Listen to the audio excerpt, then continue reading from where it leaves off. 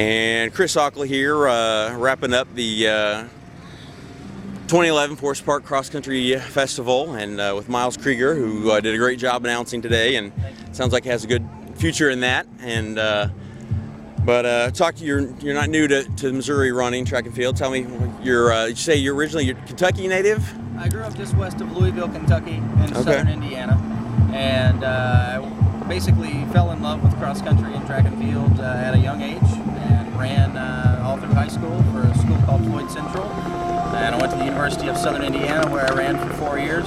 And right out of college, I got a graduate assistantship at Franklin College, which is a Division III school just south of Indianapolis, Indiana. Okay. I was there for a year, and then I had the opportunity to go back to my alma mater at Southern Indiana to help with the 2004 Cross Country National Championships. Right.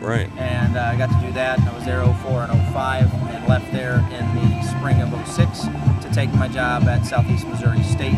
And I was at SEMO from right around July of 06 until when I left in June of 2010. Tell me what your experience like at SEMO, coming into, watching Missouri kids, Missouri high school athletes, and coaches. Sorry, as I try to, we try to get through the, make sure we can hear you here.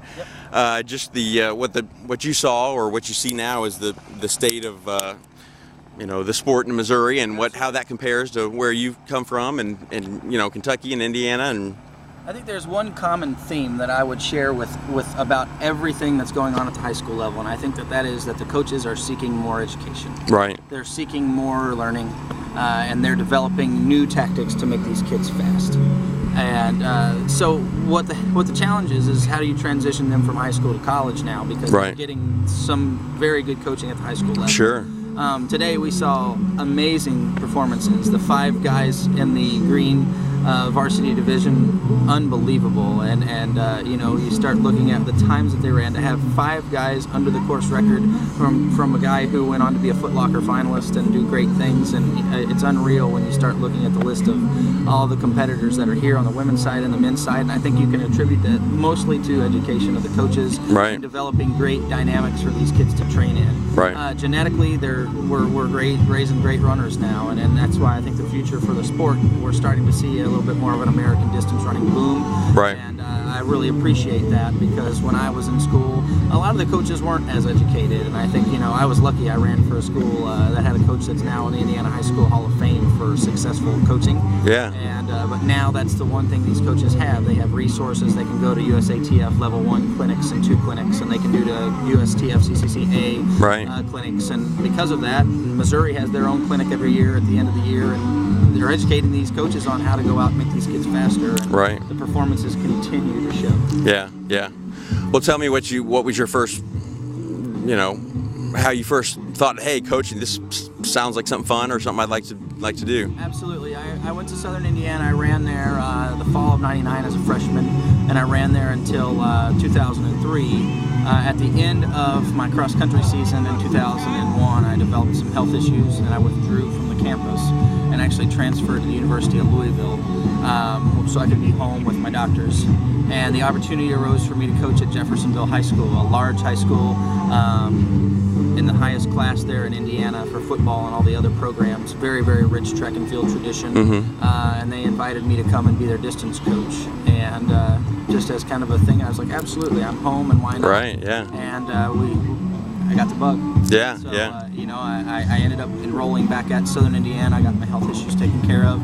Transferred back to the University of Southern Indiana for my senior year. Ran my senior year, and less than a year later, here I was at the coaching level with the Division III, and had very, very successful athlete. I was very lucky to have a successful athlete that qualified for the national meet, cross, indoor, and out, and that gave me the bug. All those experiences and seeing all those places where we could go and take these kids and sort of take what I knew and what I had experienced and share that with student athletes, so that they can not only develop a love of the sport but also grow as an athlete. Right. Tell me just any most memorable thought, during your time at SEMO, or any highlights or anything you want to share, or any? It's certainly, I enjoyed my time at Southeast Missouri State, and I can't thank Joey Haynes.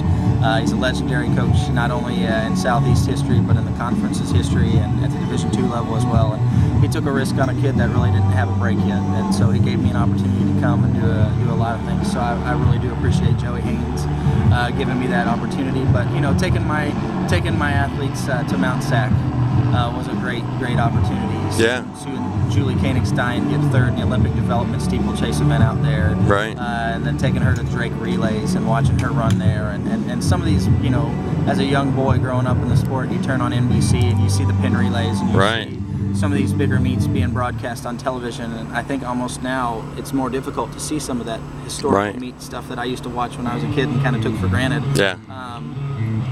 Now I look at those events and I can't wait to go and see them, and that's what I got to do, is take some kids to some really awesome events across the country, and to see that sort of level of competitiveness. It's also an internal challenge. Can you go out and get these kids, and can you make them better? Right. Can you keep them healthy? Yeah.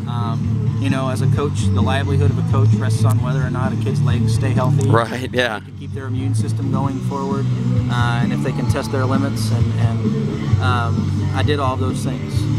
Yeah, yeah. It was funny this year at Drake. I think the night, after the first night there, I get back to my hotel room and turn on ESPN Classic, and there's it's the first NBC or ABC Wild World of Sports from 50 years ago, and so they're actually broadcasting the pin relays and the Drake relays going back and forth from Philly to Des Moines. And obviously the sport has changed, but it was a thrill just to see that. And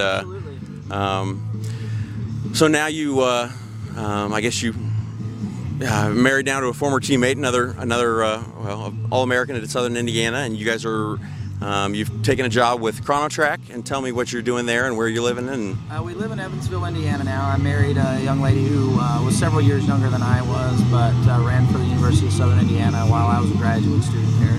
And while I was at Southeast Missouri State, she was finishing up some of her eligibility at Southern Indiana. And actually her final year, she ran for Southern Indiana while I coached her in Missouri. We lived together. And actually, we were married.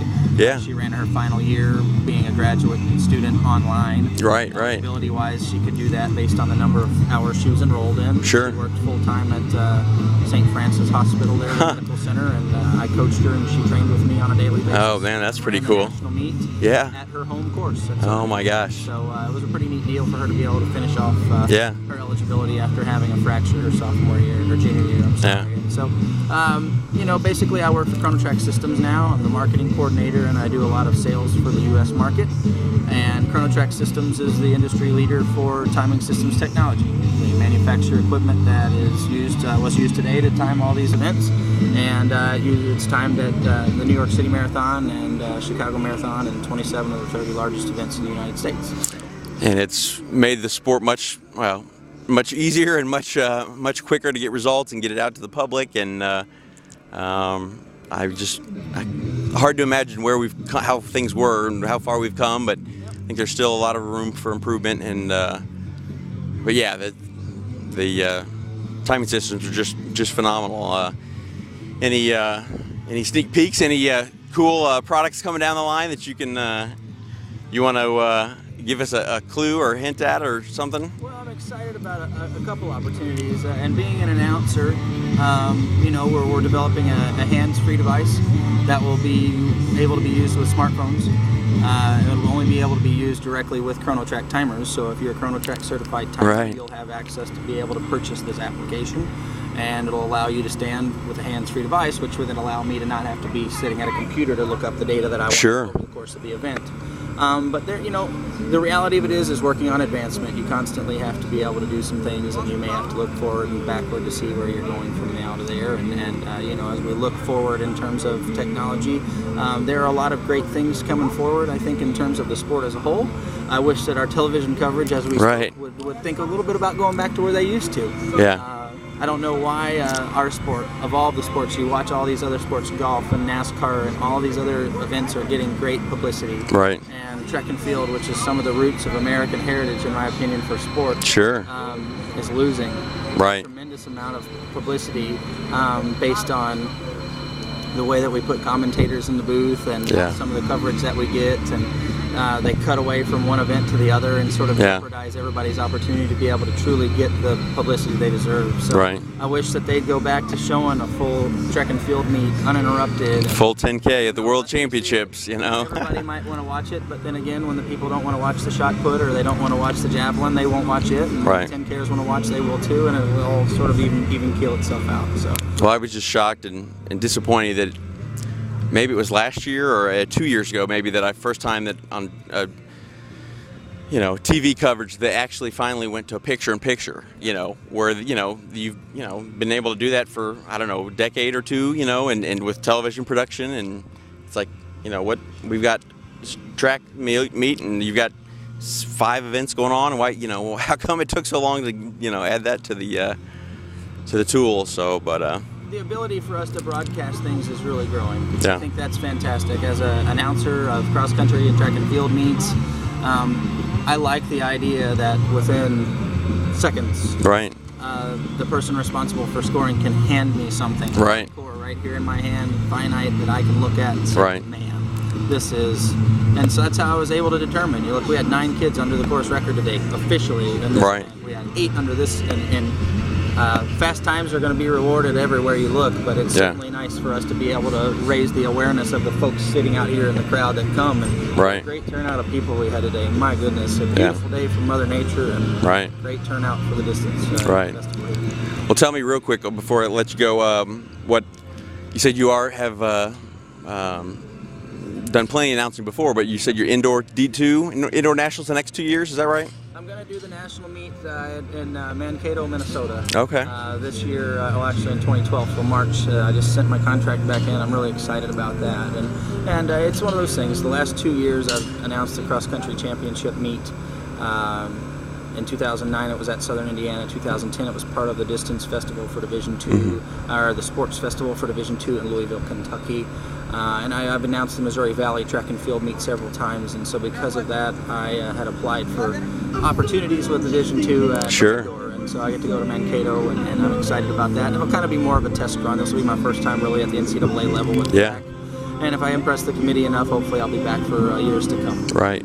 And I was at home, watching, in March the D1 and D2 meets online. I assume that will be a separate coverage. Their D2 production will be a separate commentator. Yeah, they do. The CBS folks actually hire somebody to do that. I'll actually be doing, from what I know right now, I'll be doing the commentary for the folks sitting in the stadium. Right, in the stadium. I'm just as comfortable with a headset. Sure. I announce truck and tractor polls all over the United States, and I've done over 25 shows over the course of this summer. Oh, my goodness. I was born and raised by an announcer, and my dad sort of gave me that gift of gab. So I like to have a microphone in my hand. That's when I feel comfortable and start talking about the 2 things I love, my hobby, of course, in pulling, and one of my passions, of course, in running. Right. So if people want to reach, even today we've gotten to the timing systems that the chips. You've just got these stickers that stick on the bibs, and they dispose of them, pitch them, and move on. If people are interested, they can get a hold of you on the Chrono Trak website. Yep, go to chronotrak.com. And it is just a K, no C, no CK at the end? CHRONOTRACK. Oh, CK, okay, I was thinking, all right. And it's all one word, chronotrak.com. And you can learn more about the system. Here in the St. Louis, in St. Louis area, we have BRE and Big River. They do all of the timing for this, and we have certified timers throughout. We make sure that we try to promote them as best as we can. So sure. Glad to have these guys. They do a phenomenal job for us, not just in the cross-country realm, but also a lot of the road races throughout the state. We need, for the sport, I think we need more events like this to promote the sport and get regular people that out here and to experience it and hopefully catch the bug, as you said. So there's no question that SLU High and Big River have got something. As a coach, I used to make sure that I was here as a recruiting opportunity. Right. And gosh, it's I saw a handful of my former coaching friends out here today. Sure. And this is a chance to get to see some really phenomenal young men and women. Right. And without having to travel all over the state. Yeah. All come here because they want to race. And we had Arkansas and Wisconsin and Illinois represented today too. Yeah. It just speaks volumes for the devotion to the sport that Big River continues to give back, and St. Louis University High's vision as well to be able to bring something here. It's going to be even more so in February when we bring the U.S. Right, Championships right. to the park. Great. Well, appreciate the time, Miles, and have a safe trip home. And we'll, if we'll not see you earlier, we'll see you next fall right here. Thank you. All right. Thank you.